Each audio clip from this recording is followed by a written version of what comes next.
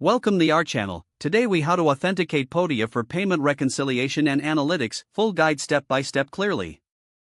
To begin authenticating Podia for payment reconciliation and analytics, first, log into your Podia account. Navigate to the settings by clicking on your profile icon in the top right corner. In the settings menu, look for the section labeled integrations and select it. Now, find the payment processor you wish to connect, such as PayPal or Stripe. Click on the Connect button next to your chosen payment processor. You will be redirected to the payment processor's login page. Enter your account credentials for the payment processor and log in.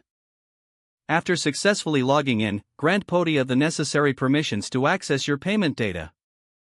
Once authenticated, return to your Podia account to confirm the connection. Next, move to the Reports section in the menu. Here, you will find tools for payment reconciliation and analytics. Select the relevant report type you wish to analyze, such as sales or customer insights. Customize the date range for your report to focus on a specific period. Generate the report and review the information compiled from your payment processor.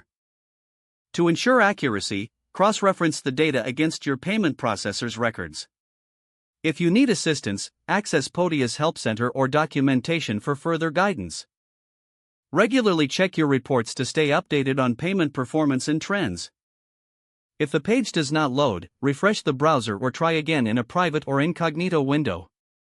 Make sure you are using the correct email address, then retype it carefully to avoid small typos. If your password is not accepted, use the reset option and create a new strong password you can remember.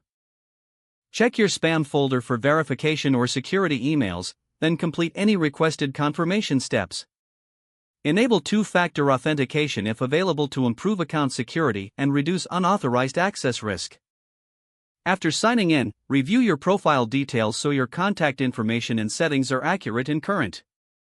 If you see an error message, note it down and try again after restarting your device and internet connection.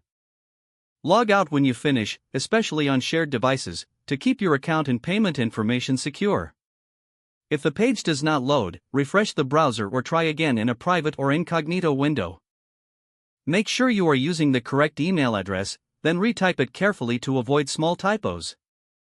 If your password is not accepted, use the reset option and create a new strong password you can remember. Don't forget to like this video and subscribe to our channel for more step-by-step tech guides.